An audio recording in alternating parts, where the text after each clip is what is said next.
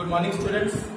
सो आज का हमारा जो टॉपिक है वो 10th क्लास का है, दैट इज एपी सीरीज। तो आज हम इसके ऊपर डिस्कशन करेंगे। फर्स्ट ऑफ ऑल, जो एपी सीरीज है वो क्या होती है, इसके अंदर जो डिफरेंस है वो क्या हो, सेम। फॉर एग्जांपल जैसे ये 2 है, 5 है, 8 है, 11 है। तो अब नोट कीजिए इन दोनों के अंदर जो डिफरेंस है, देखो हर टर्म के अंदर वो सेम है। इन दोनों के बीच में डिफरेंस कितना है, 3 का है। 5 और 8 के बीच में डिफरेंस कितना है, 3 का है। 8 और 11 के बीच में अगेन डिफरेंस कितना है, दैट इज 3। सो अगर मेरे पास जो डिफरेंस है हर टर्म के अंदर, जितनी भी टर्म्स हैं, अगर उनके अंदर जो डिफरेंस है वो सेम हो जाए तो उसको क्या बोला जाता है, एपी सीरीज बोला जाता है। अगर डिफरेंस क्या हो जाए, सेम। और डिफरेंस फाइंड कैसे करते हैं, डिफरेंस फाइंड कैसे करते हैं, इसको स्मॉल डी से डिनोट करते हैं। इसका फॉर्मूला होगा सिंपल सा, that is second term minus first term. तो डिफरेंस ऐसे फाइंड करते हैं। सपोज मैं अगर ये लेके चलूं तो सेकंड टर्म कितनी है, 5 है, फर्स्ट टर्म कितनी है, 2 है, तो 5 माइनस 2 दैट इज डिफरेंस कितना हो गया, 3 हो गया। तो इसके साथ और भी बहुत सारे क्वेश्चंस हैं जिसके अंदर जो डिफरेंस है हम फाइंड आउट कर सकते हैं। फॉर एग्जाम्पल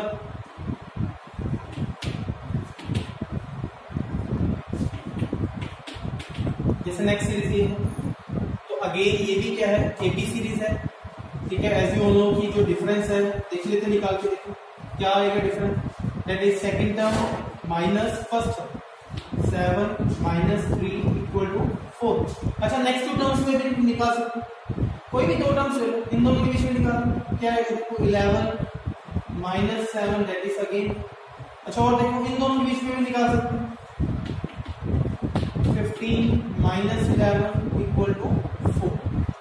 तो एपी सीरीज की जो मेन हमारे पास जो बात है वो यही है कि जो डिफरेंस रहेगा 2 कंसेक्यूटिव टर्म्स के अंदर, कोई भी 2 कंसेक्यूटिव टर्म्स ले लो, कोई भी 2 लगातार मिले टर्म्स ले लो, उन दोनों टर्म्स के अंदर जो डिफरेंस रहेगा वो सेम है। तो इसके साथ क्या पेपर में कई बार क्वेश्चन भी पूछ लेते हैं कि शो करो या वेरीफाई करो कि ये जो टर्म्स हैं वो एपी में है। तो आप क्या करो, कोई 2 डिफरेंस निकालो और चेक करो, अगर वो दोनों डिफरेंस सेम है इसका मतलब वो एपी में हो। मैं क्वेश्चन और कंसीडर करता हूँ ऐसे। ये क्वेश्चन देखो, जैसे ये क्वेश्चन है, फाइंड द वैल्यू ऑफ के सच दैट, मैं एक सीरीज ले लेता हूं,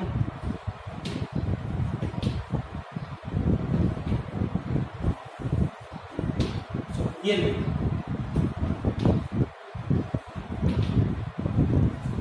इज एन एपी सीरीज।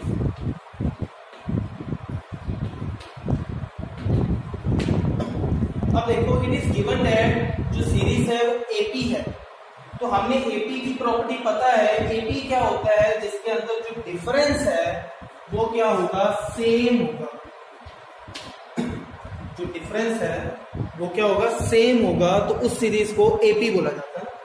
अब यहाँ पे गिवन है कि सीरीज एपी है, के की वैल्यू फाइंड आउट करनी है। तो ठीक है, फिर भी प्रॉपर्टी जाते हैं, अगर एपी सीरीज है इसका मतलब डिफरेंस सेम होगा। कोई 2 टर्म ले लो, सपोज मैं पहले इन दोनों टर्म्स को ले लेता हूं, क्या आएगा डिफरेंस, बोलो second term minus first term, कितना हो गया, के माइनस 3। अच्छा, फिर ये 2 टर्म्स ले लो, ये 2 टर्म्स ले, इन दोनों का डिफरेंस कितना होगा, second term minus first term. Clear. और मैंने बोला था कि क्योंकि ये सीरीज एपी है, क्योंकि ये एपी सीरीज है, इट मींस ये जो दोनों डिफरेंस है ये क्या होने चाहिए, सेम होने चाहिए। देखो मैंने बताया एपी सीरीज में हर डिफरेंस क्या आता है, सेम आता है। इट मींस ये भी दोनों क्या आना चाहिए, सेम होने चाहिए। k minus 3 equal to 11 minus k, केवल एक साइड जाओ, ये हो जाएगा k plus a equal to 11 plus 3, so 2k equal to 14, so k equal to 14/2 that is 7। तो ये मेरे पास रिजल्ट आ। ठीक है, तो ये बड़ा इंपॉर्टेंट कंसेप्ट है। ठीक है, स्टार्टिंग वाला है। तो एपी सीरीज क्या होती है, जो सीरीज जिसके अंदर जो डिफरेंस है 2 कंसेक्यूटिव टर्म्स के अंदर, उस डिफरेंस अगर वो सेम होता है तो इसका मतलब वो क्या होती है, सीरीज इसमें आ जाएगी, एपी में आ जाएगी। ठीक है जी, ये प्रॉपर्टी याद रखनी है। टू कंसेक्यूटिव टर्म्स, कोई भी दो टर्म्स कंसीडर कर सकते हैं, ठीक है, उनमें डिफरेंस सेम होना चाहिए। अब एक क्वेश्चन ऐसा मैंने कराया कि जिसमें के निकालना था, सीरीज एपी थी, तो मैंने कहा वही प्रॉपर्टी यूज की। ठीक है, मैंने प्रॉपर्टी यूज की, मैंने डिफरेंस निकाले तो इन दोनों को इक्वल आना चाहिए था, इक्वल कर दिया तो आंसर आ गया, के की वैल्यू आ गई। ठीक है जी,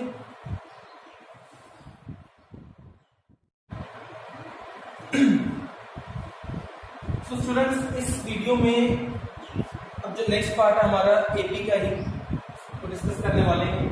हमने लास्ट में डिस्कस किया था एपी के अंदर कि एपी सीरीज क्या होती है, जिसके अंदर कॉमन डिफरेंस होता है, मतलब difference between two consecutive terms जो है वो सेम होती है, इक्वल होती है।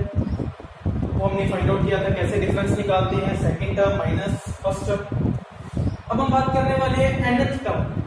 nth टर्म का मीनिंग, nth टर्म फॉर्मूला, ये इंपॉर्टेंट है, इसी के भी आपके ऊपर एक क्वेश्चन पेपर में आता है। सपोज मेरे पास ये कोई सीरीज है 2 4 6 8 सो ऑन। क्योंकि ये सीरीज बड़ी सिंपल सी है, क्योंकि 2 का टेबल ही है, 2 4 6, डिफरेंस तो सेम आपको दिखाई दे ही रहा है, इन दोनों में डिफरेंस 2, इन दोनों में भी डिफरेंस 2, इन दोनों में भी डिफरेंस 2, इसका मतलब ये जो है एपी सीरीज है, ठीक है, डिफरेंस सेम है। अगर मैं ऐसे पूछूं इसकी 10th टर्म कितनी होगी, 10th टर्म, तो फाइंड आउट करें 10th टर्म, क्योंकि 2 का टेबल है, 2 4 6 8, इसका मतलब 10th टर्म कौन सी होगी, 20 होगी। तो बड़ा सिंपल सा है ना। लेकिन अगर मैं सपोज आपको सीरीज है तो ये वाली,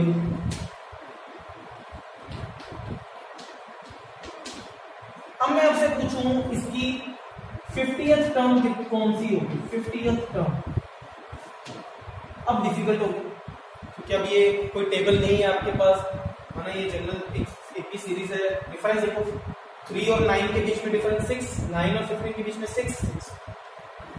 तो इन दैट केस जब हमें number of terms find out करनी हो, या मतलब nth टर्म, कोई पर्टिकुलर टर्म फाइंड आउट करनी हो, तो उस टाइम पर हम ये nth टर्म फॉर्मूला जो है वो यूज करते हैं। क्या है nth टर्म फॉर्मूला, इसका फॉर्मूला है tn equal to a plus n minus 1 into t। tn is the last term जो आपको फाइंड करनी होगी, सपोज ये 50th टर्म है, इसका मतलब मुझे tn का मतलब t50 फाइंड करना है, जो लास्ट टर्म जो भी। a is the first term, compare करो, सपोज यहाँ पे फर्स्ट टर्म कौन सी है, 3 है, तो इक्वल टू 3 हो। n is the number of terms, जो सी टर्म आपको फाइंड करनी है वो आपका n है, कौन सी टर्म फाइंड करनी है, देखो 50th, इसका मतलब n की वैल्यू कितनी होगी, 50 होगी। d is the difference, difference में हम निकाल सकते, क्लियर। ये फॉर्मूला इस वजह से बना है कि आपने अगर कोई पर्टिकुलर टर्म फाइंड आउट करनी हो तो हम ये वाला फॉर्मूला यूज करते हैं, nth टर्म फॉर्मूला, ठीक है। इसके बेस के ऊपर यहाँ पे मैंने देखो मेंशन किया हुआ है कि दो तरह से क्वेश्चन आते हैं इसके इस फॉर्मूले के। फर्स्ट क्वेश्चन आपको आएगा जिसमें आपने nth टर्म फाइंड करनी होगी, जैसे 10th टर्म निकालो, 5th टर्म निकालो, जैसे मैंने यहाँ पे लिखा भी हुआ है 50th टर्म निकालो। फर्स्ट क्वेश्चन इस बिहाफ के ऊपर आएगा। सेकंड क्वेश्चन आपको मिलेगा जिसमें आपसे पूछेगा विच टर्म और find the number of terms. तो मैं अभी तो पहले ये डिस्कस करूंगा, इसके बारे में हम लेकर डिस्कस करेंगे। मैं ये एक एग्जांपल लेता हूं जो आपके सामने है। सपोज इसकी 50th टर्म निकालनी है, तो ठीक है, लिखो वैल्यू, a की वैल्यू कितनी आएगी, 3। d is the difference, difference कितना आएगा, second term minus first term, 9 minus 3 that is 6। n क्या था, n is the number of terms, कौन सी टर्म निकालनी मुझे, 50th, तो n की वैल्यू 50 हो गई, दो टर्म निकालनी। अप्लाई करो फॉर्मूला, क्या फॉर्मूला था, tn equal to a plus n minus 1 into value कर दो, tn, tn का मतलब t50, n की वैल्यू, a की वैल्यू 3 है, n की वैल्यू 50 इनटू d 6, तो होगा 3 प्लस 49 इंटू 6, फिर इनको मल्टीप्लाई करना है, करो जिनको मल्टीप्लाई हो जाएगा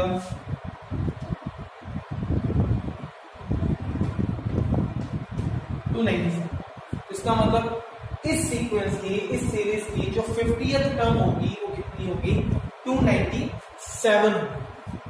क्लियर। ऐसे ये क्वेश्चन और डिस्कस करते हैं, ये बुक में ही है आपकी।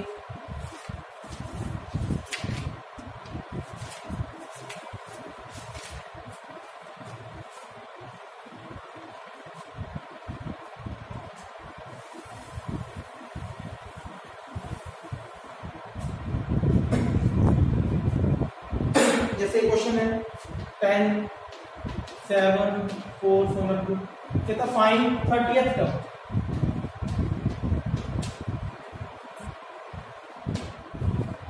जब आपको 30th टर्म फाइंड आउट, तो ठीक है वैल्यू कंसिडर करते हैं। तो ए की वैल्यू होगी, A is the first term कितनी है 10, डी इज द डिफरेंस कितना हमारे पास, second term minus first term 7 minus 10 minus, and 30th term find करनी है, so n equal to 30। Clear, लगाए हम ये formula D N a plus n minus 1 into D, तो वैल्यू पुट कर दो n की जगह 30, तो t 30 कितना हो गया a 10 plus 30 minus 1 into D minus 2, you get 10। तो पहले मल्टीप्लाई करने मैंने आपको बोला था प्लस माइनस माइनस हो जाएगा, इनको मल्टीप्लाई कर दीजिए, ये कितना हो जाएगा आपके पास 87, so 10 minus 87 minus 77। ये फॉर्मूला बहुत इंपॉर्टेंट है T N nth term find out करने के लिए।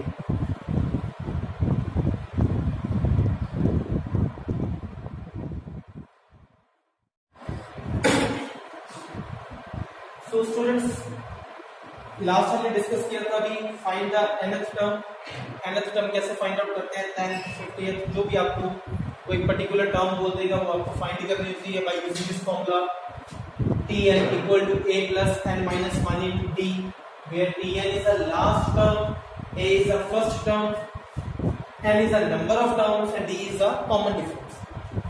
So now अब हम डिस्कस करने वाले हैं सेकंड जो टाइप है, दैट इज विच टर्म और find the number of term. तो फर्स्ट में हमें क्या था, n गिवन था, आपको बोल रहा था वो 10th term 50th term n given था। अब आपको क्या होगा, अब n फाइंड करना, वो आपको बोलेगा find the number of terms और विच टर्म, ये मेंशन किया होगा पेपर। अब आपको n फाइंड करना, अगर देखो अगर हमें n फाइंड करना है इट मींस अब हमें ये Tn गिवन होगा। Tn क्या था, लास्ट टर्म, तो अब आपको लास्ट टर्म गिवन होगी। ठीक है, एग्जांपल के लिए मैं एक एग्जांपल लेता हूं, कंसीडर करता हूं, तो फिर आपको ज्यादा क्लियर होगा। दैट इज क्वेश्चन है which term of the series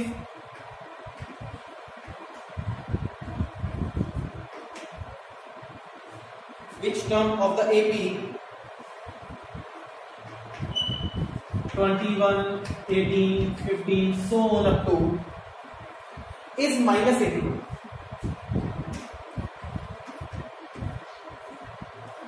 अब हम बोल रहे हैं which term is minus 81।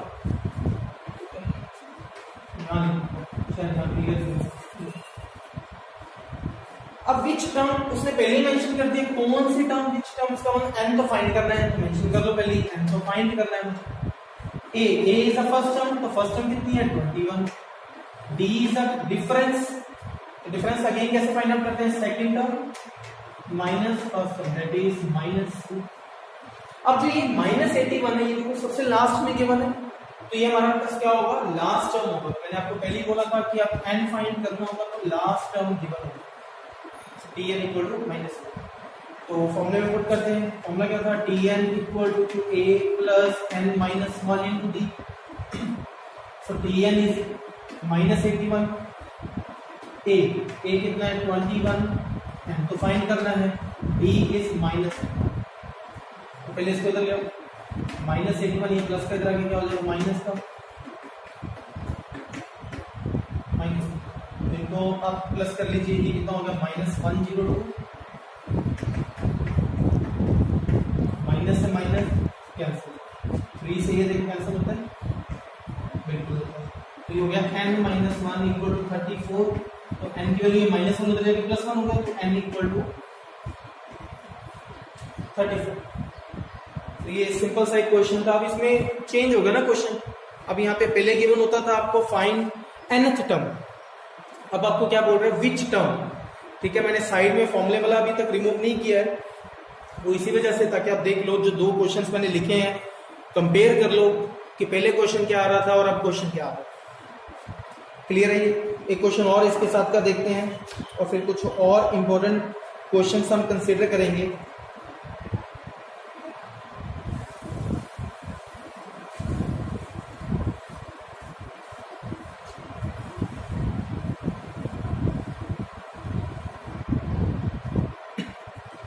So next is again which term of the AP series is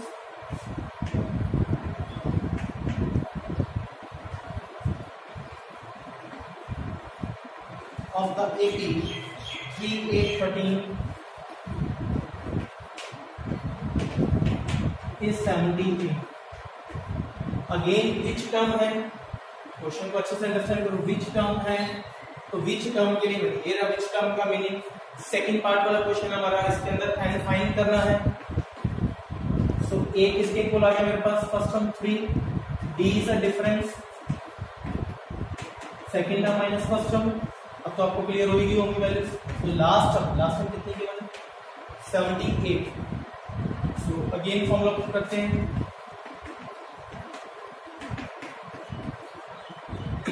values put कर दो यहाँ पे, t है 78, a 3 और d इज 5। क्लियर, ये इधर आगे माइनस हो जाएगा, 78 माइनस 3 तो 75 कैंसिल। देखो 15 पे बड़ा सिंपल सा था ये भी। सो n इक्वल टू 16। क्लियर, तो ये मेरे पास था सेकंड पार्ट। होप कि आपको सबको ये क्लियर हो रहे होंगे क्वेश्चंस।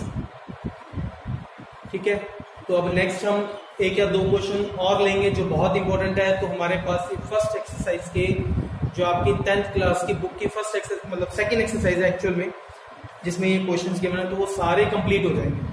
तो वहाँ पे 3 टाइप्स के क्वेश्चन है। एक 2 टाइप्स मैंने लिखी हुई है बोर्ड के ऊपर।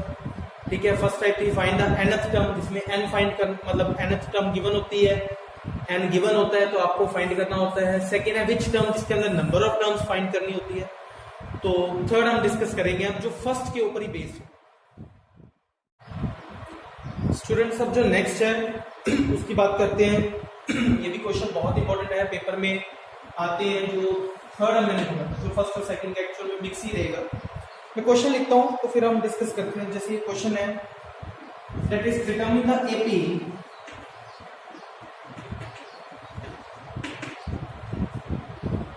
whose third term is 5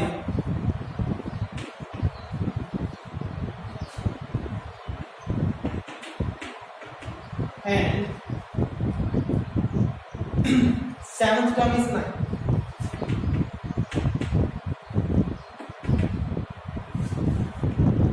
So एक AP फाइंड आउट करनी है जिसकी थर्ड टर्म 5 है and the seventh term is 9। सो ये गिवन है, थर्ड टर्म 5 के इक्वल है, सेवंथ टर्म 9 के। अब इनको यूज करके आपने मतलब फर्स्ट टर्म एपी बनाना। एपी बनाने के लिए आपको फर्स्ट टर्म चाहिए होती है और डिफरेंस चाहिए होता है। ये 2 चीजें चाहिए होती है, क्योंकि अगर मुझे फर्स्ट टर्म पता है 5 है, डिफरेंस 2 है, तो इसका मतलब सब में आगे 2 ऐड होता जाएगा ना। 5 नेक्स्ट हो जाएगी 7, फिर नेक्स्ट हो जाएगी 9, फिर नेक्स्ट 11। इसका मतलब हमें एक तो फर्स्ट टर्म चाहिए, एक डी चाहिए। वो कैसे निकले? अब थर्ड टर्म 5 के इक्वल गिवन है, तो हमें थर्ड टर्म का फॉर्मूला, थर्ड टर्म के लिए फॉर्मूला पता ही है, ये रहा nth टर्म। इसका मतलब n की जगह 3 पुट कर देंगे। थर्ड टर्म का मतलब n की जगह 3 पुट कर देंगे। सेवंथ टर्म का मतलब n की जगह 7 पुट कर देंगे। देखो क्या बनेगा, थर्ड टर्म n की जगह 3 पुट करो, a प्लस n की जगह 3 माइनस 1 2 इंटू d, और ये किसके इक्वल है 5। ए और डी तो नहीं है मुझे, तो फाइंड आउट करो। अच्छा सेम सेवंथ टर्म सोचो एक बार क्या बनेगा। सेवंथ टर्म क्या आएगा, सेवंथ टर्म के लिए पुट करो यहाँ पे n की जगह 7 पुट करो, क्या बनेगा a प्लस n की जगह 7 माइनस 1 6, ये 9 याद। अब आपने ये 10th क्लास में पढ़ाई हुआ है एलिमिनेशन सब्स्टिट्यूशन सारे मेथड्स, तो आप इनको माइनस करेंगे ऑलवेज। ये a से a cancel, 2d minus 16, 2 minus 6 minus 4, 5 minus 9 again minus minus minus cancel, 4 से 4 भी कैंसिल, तो डी की वैल्यू कितनी आ गई 1।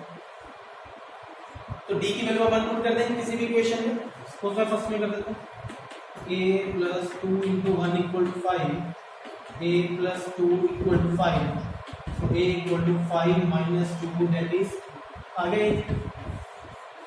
तो यही दो चीजें फाइंड करनी थी, एक फर्स्ट टर्म और एक डिफरेंस। तो इसका मतलब एपी कैसे होगी, फर्स्ट टर्म 3 है, डिफरेंस 1 का, तो 3 के नेक्स्ट टर्म कौन सी होगी जिसमें डिफरेंस 1 का हो, 4, 4 के नेक्स्ट टर्म कौन सी होगी 5, 5 के नेक्स्ट टर्म 6। क्लियर? क्वेश्चन बहुत इंपॉर्टेंट है, ऐसे क्वेश्चन एग्जाम में आते होते हैं।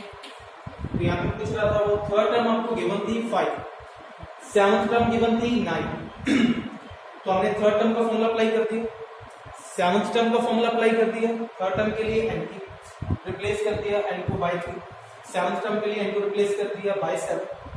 ये दो इक्वेशंस आ गई, दोनों इक्वेशंस को हमने सॉल्व किया, तो ये मेरे पास a और d की वैल्यू भी आ गई, तो क्वेश्चन सॉल्व। सेम ऐसे ही एक और क्वेश्चन डिस्कस करते हैं, एक और लास्ट क्वेश्चन होगा हमारा इस वीडियो का। इसके साथ आप क्वेश्चंस प्रैक्टिस कर सकते हैं बुक में से, बहुत सारे क्वेश्चन है एक्सरसाइज में, 5.2 एक्सरसाइज है ये जो। दिस नेक्स्ट क्वेश्चन है, कहता है find the 31st term. Question देखो, find 31st term of an AP whose 11th term is